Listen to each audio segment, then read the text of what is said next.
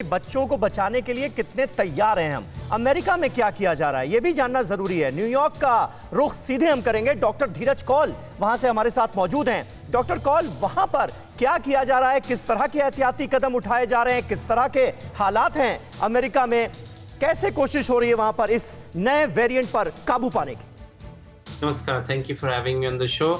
बहुत important question आप पूछ रहे हैं। देखिए, पहले तो जो आपने डॉक्टर मलिक से अभी पूछा उसमें मैं 10 सेकंड्स में कुछ एक और बात ऐड करना चाहूँगा। वो बिल्कुल सही उन्होंने पॉइंट आउट किया है।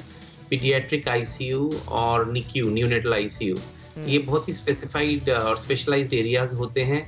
और सेकेंड वेव के बाद मैंने आप ही के चैनल पे बहुत बारी बोला था कि भारत में इसको अपग्रेड करने की बहुत ज़रूरत है। इक्विपमेंट के साथ साथ ट्रेनिंग सेशंस पीडियाट्रिशियंस का देना, सो दैट वो आईसीयू के अंदर एक्स्ट्रा ट्रेनिंग हो जो ऑनलाइन किए जा सकते हैं, और कुछ उनके पोर्टल्स होते हैं। तो उस पर काम डेफिनेटली करना और उसको ऑनलाइन अपग्रेड करके दिखाना कहाँ पे कितने बेड्स अवेलेबल हैं थ्रू एन ऐप जो अमेरिका में हो रहा है। अब पिछले एक साल से काफी एक्टिव है।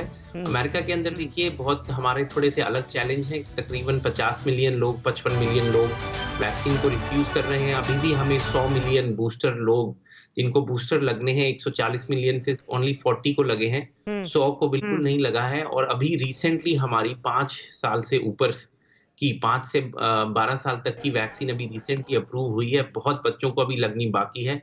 5 साल से कम की वैक्सीन अभी ऑलमोस्ट अभी अप्रूव नहीं है, लेकिन एक्सपेक्टेशन है कि बहुत जल्दी आएगी।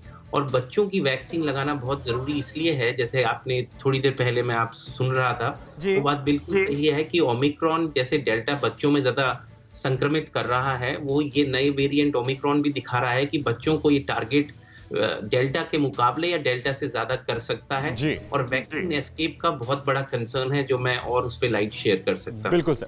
हमारे साथ डॉक्टर राहुल शर्मा भी हैं। डॉक्टर राहुल, आप रेस्पिरेटरी एक्सपर्ट हैं। इस बार कहा जा रहा है कि स्वाद और जो बाकी पहले इश्यूज थे वो नहीं आ रहे हैं यहाँ पर, वो चीजें अलग है, स्मेल को लेकर इश्यूज नहीं है, स्वाद अलग है, पहचान नहीं पा रहे हम। ऐसे में जो ये सवाल मेरा था कि जो कमजोर लोग हैं, जिनकी पहले से कोई बीमारी से ग्रसित हैं, वो कैसे इससे बचाव करें, उनकी इम्यूनिटी कमजोर है, और बच्चों के केस में इम्यूनिटी वाली बात ही निकल कर आ रही है।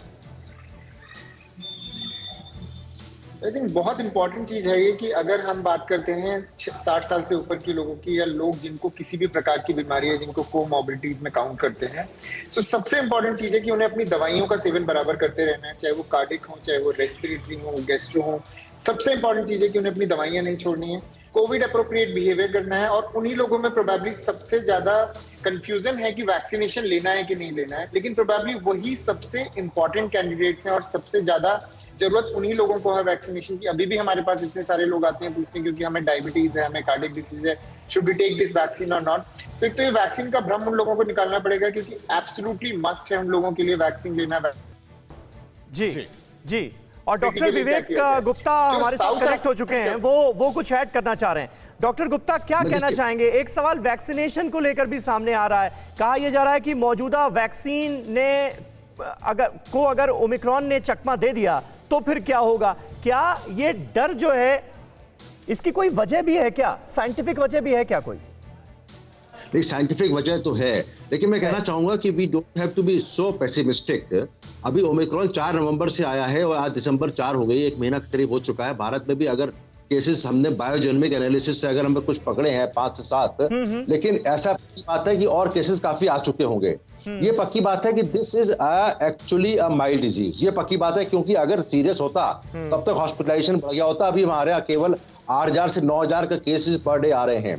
वैक्सीनेशन है, चकमा देने के चांसेस इसलिए है, वैक्सीन एस्केप के चांसेस इसलिए क्योंकि म्यूटेशन हुआ है इसमें स्पाइक प्रोटीन पे। 32 म्यूटेशन स्पाइक प्रोटीन पे हुए हैं, लेकिन इसमें कोविशील्ड, मॉडर्ना, फाइजर तो स्पाइक प्रोटीन रिलेटेड है, स्पुतनिक भी है। अपनी जो कोवैक्सीन है that is a killed virus, तो उसका चकमा देने के चांसेस कम है। आई वुड से कि this is a killed virus, complete hold virus है, जिसके बेसिस पे ये वैक्सीन बनाई गई है। We don't have to be, यानी ये जो कहा जा रहा है कि कोवैक्सीन ज्यादा प्रभावी होगी इस वेरिएंट पर, आप उससे सहमत हैं? बिल्कुल सही बात है, लेकिन असली प्रॉब्लम यह है कि हमारे भारत में जितनी वैक्सीनेशन हुआ उसको 70% तो कोविशील्ड हुआ है, लेकिन जो कोवैक्सीन ले रहे हैं उनके लिए ज्यादा है। जो लोग पहले से संक्रमित हो चुके हैं, they are more protected, because उनमें 20 सेल और 30 सेल इम्यूनिटी भी होती है, लॉन्ग टर्म इम्यूनिटी होती है। ठीक है।